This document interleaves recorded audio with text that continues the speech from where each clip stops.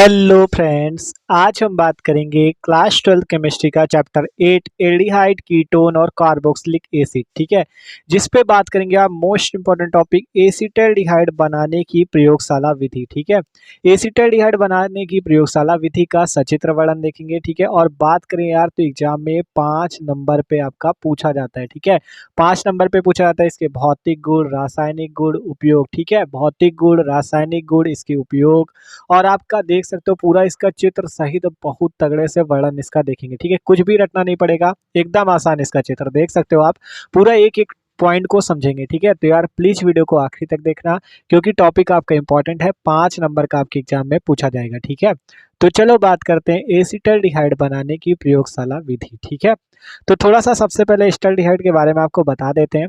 Acetaldehyde का formula होता है CH3CHO। ठीक है, ये इनका भैया का नाम ही है एसिटाल्डिहाइड। इनका नाम जो एसिटाल्डिहाइड है ये इनका साधारण नाम है, और इनका जो आईयूपीएसी नाम है, 2 कार्बन है तो इसका साथ जो आईयूपीएसी नाम होगा वो होगा एथेनल। ठीक है, इसका आईयूपीएसी नाम एथेनल है और जो साधारण नाम है वो एसिटाल्डिहाइड। सूत्र CH3CHO। इतना बेसिक है, थोड़ा सा समझ लो। CH3CHO सूत्र है, एथेनल इसका कैसा नाम है, आईयूपीएसी नाम है, और साधारण नाम इसका क्या है, एसिटाल्डिहाइड। ठीक है, तो आप चलो इसे चित्र से पूरा समझते हैं। ठीक है, ठीक है, तो एसिटाल्डिहाइड का सूत्र CH3CHO, साधारण नाम एसिटाल्डिहाइड, आईयूपीएसी नाम एथेनल। तो आप देखें इसे चित्र पे कैसे हम लोग बनाएंगे प्रयोगशाला विधि से। ठीक है, तो देखो प्रयोगशाला विधि आपकी जो है, मतलब ये जो चित्र में आपको पूरा बताएंगे हम कि कैसे आपको एसिटाल्डिहाइड बनाना है, तो उसके लिए सबसे पहले इसकी रिएक्शन आपको समझनी पड़ेगी। तो थ्योरी पढ़ो। प्रयोगशाला विधि, एथिल अल्कोहल का K2Cr2O7 तथा तनु H2SO4 द्वारा ऑक्सीकरण कराकर प्रयोगशाला में एसिटाल्डिहाइड बनाया जाता है। ये इसकी थ्योरी है कि आपको करना क्या है, एथिल अल्कोहल का पोटेशियम डाइक्रोमेट इसका नाम होता है, और तनु H2SO4 अर्थात तनु सल्फ्यूरिक अम्ल द्वारा ऑक्सीकरण कराकर प्रयोगशाला में एसिटाल्डिहाइड को बनाया जाता है। ठीक है, ठीक है, तो ये जो पूरा चित्र आप देख रहे हो एसिटाल्डिहाइड बनाने की प्रयोगशाला विधि का, आपको इस पे कुछ नहीं करना। देखो क्या क्या लेना है और कैसे आपका बनेगा। आपको देखो रिएक्शन अगर समझ गए तो पूरा चित्र समझ जाओगे। आपको यहाँ पे एथिल अल्कोहल लेना है, जिसका फॉर्मूला होता है CH3CH2OH, या आप इसे C2H5OH भी लिख सकते हो। एथिल अल्कोहल इसका नाम होता है। ठीक है, एथिल अल्कोहल लेना है, और क्या लेना होगा, आपको इसका ऑक्सीकरण करना होगा। देखो एथिल अल्कोहल का ऑक्सीकरण होगा पोटेशियम डाइक्रोमेट, और यहाँ से तनु H2SO4 आपको दिख रहा होगा। ठीक है, अभी पूरा चित्र समझाएंगे, अभी रिएक्शन समझो केवल। आपको एथिल अल्कोहल का ऑक्सीकरण करना होगा किस किस किस उत्प्रेरक की उपस्थिति में, पोटेशियम डाइक्रोमेट अर्थात K2Cr2O7, जैसा कि थ्योरी पे अभी आपको बताया। K2Cr2O7 प्लस H2SO4 द्वारा इसका ऑक्सीकरण होगा, जिससे आपका एकदम आसान सी रिएक्शन होगी। देखो ये आपको यहाँ से ये जो H2 है इसको अलग कर देना है, तो बचेगा क्या, CH3 लिखा, फिर यहाँ से OH को आपको HO कर देना है, CH3CHO बन जाएगा, और आपका जो बचा उसे बाहर निकाल दो, H2। ठीक है, H2 है आपका। ठीक है, H2 और O मिलाकर आपका जल का अणु बाहर निकल जाएगा, तो इसी का नाम है आपका एसिटाल्डिहाइड CH3CHO।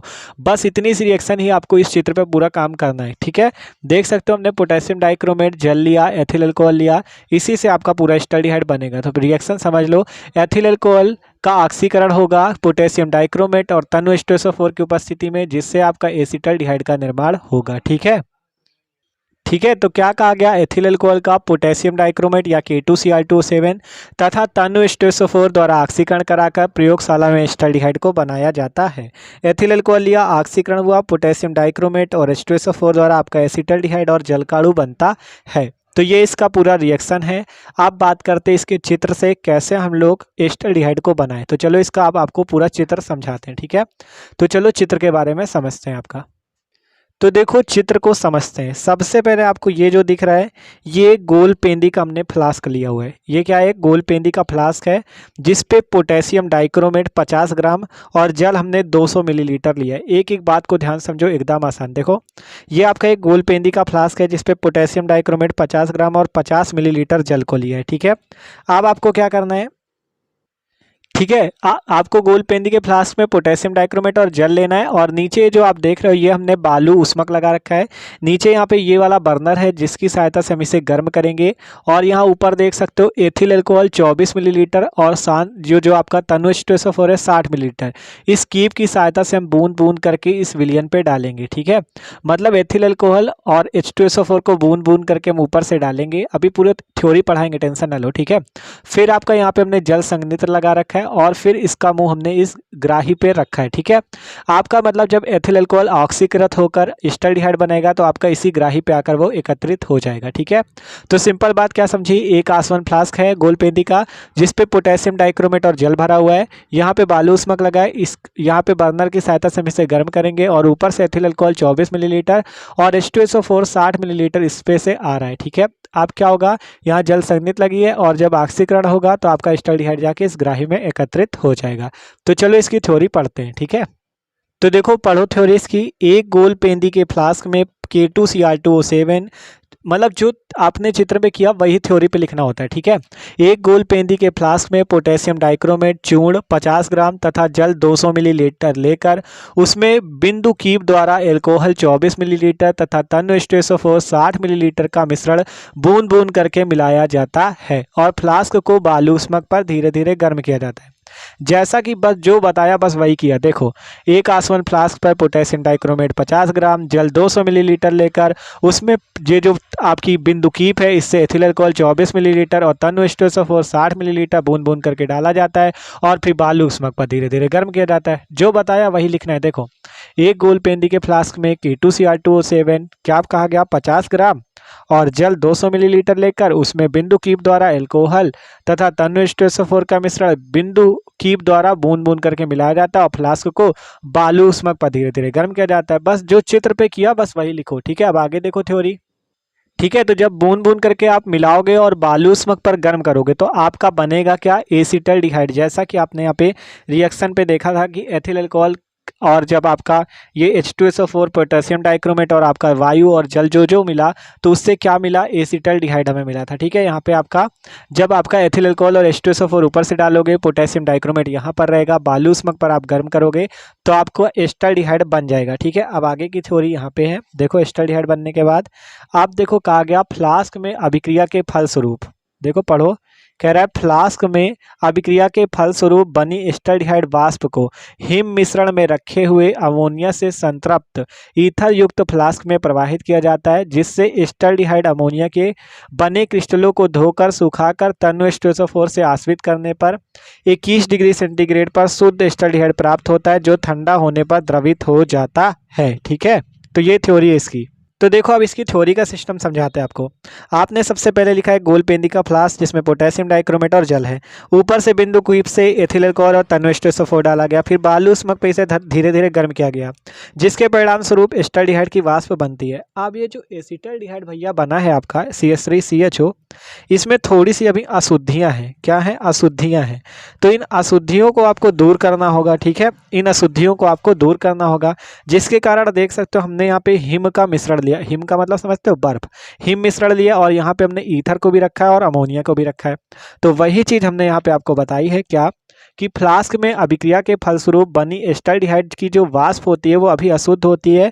उसको शुद्ध करने के लिए आपको क्या करना है, वाष्प को हिम मिश्रण से रखे हुए, देखो फ्लास्क में अभिक्रिया के फलस्वरूप बनी एस्टल्डिहाइड की वाष्प अशुद्ध होती है, जिसके कारण एस्टल्डिहाइड वाष्प को हिम मिश्रण में रखे हुए अमोनिया से संतृप्त, देखो जो जो आपने यहाँ पे बनाया है हिम मिश्रण में रखे हुए अमोनिया से संतृप्त ईथर युक्त फ्लास्क, इन फ्लास्कों में ईथर भी भरा है, हिम मिश्रण भी है, अमोनिया भी। तो वही चीज़ है कि फ्लास्क में अभिक्रिया के फलस्वरूप बनी एस्टल्डिहाइड वाष्प को हिम मिश्रण में रखे हुए अमोनिया से संतृप्त ईथर युक्त फ्लास्क में प्रवाहित किया जाता है। मतलब कि एस्टल्डिहाइड की जो अशुद्ध वाष्प है इसे आप हिम मिश्रण में रखे हुए अमोनिया से संतृप्त ईथर युक्त फ्लास्क में प्रवाहित करोगे, जिससे एस्टल्डिहाइड अमोनिया के क्रिस्टलों को हम क्या करेंगे, इन्हीं से धोएंगे और फिर तनु H2SO4 से आश्रित करके 21 डिग्री सेंटीग्रेड पर शुद्ध एस्टल्डिहाइड प्राप्त हो जाता है, जो ठंडा होने पर द्रव के रूप में बन जाता है। ठीक है, तो आपने क्या सीखा, अभी जो एस्टल्डिहाइड बना है वो अशुद्ध है आपका। ठीक है, CH3CHO अशुद्ध है।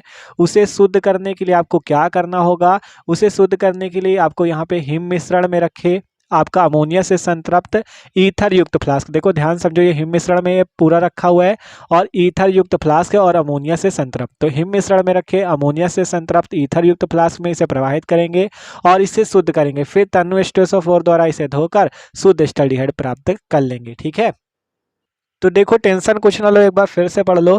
एक गोल पेंदी के फ्लास्क में K2Cr2O7 चूर्ण 50 ग्राम तथा जल 200 मिलीलीटर लेकर उसमें बिंदु कीप द्वारा एल्कोहल 24 मिलीलीटर तथा तन्नु H2SO4 60 मिलीलीटर का मिश्रण बिंदु कीप द्वारा बूंद बूंद करके मिलाया जाता है। जैसा कि आपको यहाँ पर से हमने बताया, इस बिंदु कीप द्वारा बूंद बूंद करके मिलाया जाएगा। फिर क्या गया, फ्लास्क को बालू उष्मक पर धीरे धीरे गर्म करते हैं, जो आपका नीचे फ्लास्क के नीचे हमने लगाया ये, इसी पर हम धीरे धीरे इस फनल की सहायता से गर्म करेंगे। फिर आगे की थ्योरी इधर थी, कहा गया फ्लास्क में अभिक्रिया के परिणाम स्वरूप बनी एस्टल्डिहाइड वाष्प अभी अशुद्ध है, तो उसको शुद्ध करने के लिए हिम मिश्रण में रखे हुए अमोनिया से संतृप्त ईथर युक्त फ्लास्क में प्रवाहित किया जाता है, जिससे एस्टल्डिहाइड अमोनिया की क्रिस्टल को धोकर सुखाकर तन्नु H2SO4 से आश्रित करके 21 डिग्री सेंटीग्रेड पर शुद्ध एस्टल्डिहाइड प्राप्त किया जाता है, जो ठंडा होने पर द्रवित हो जाता है, तो आपका शुद्ध एस्टल्डिहाइड प्राप्त हो जाएगा। ठीक है, तो देख सकते हो यहाँ पे आपका मतलब जब एस्टल्डिहाइड बनेगा तो वो अशुद्ध होता है, फिर उसे हिम मिश्रण में रखे अमोनिया से संतृप्त ईथर युक्त फ्लास्क में प्रवाहित करेंगे, जिससे यहाँ पे शुद्ध एस्टल्डिहाइड CH3CHO प्राप्त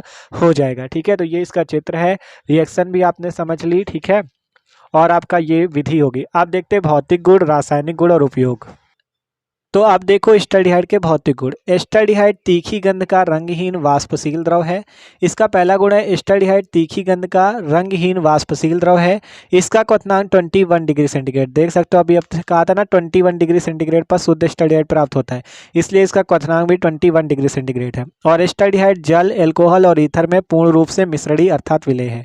तो ये इसके भैया भौतिक गुण है, आप देख सकते हो। ठीक है, आप बात करते हैं एस्टल्डिहाइड के रासायनिक गुण की। ठीक है, तो भौतिक गुण देख लो।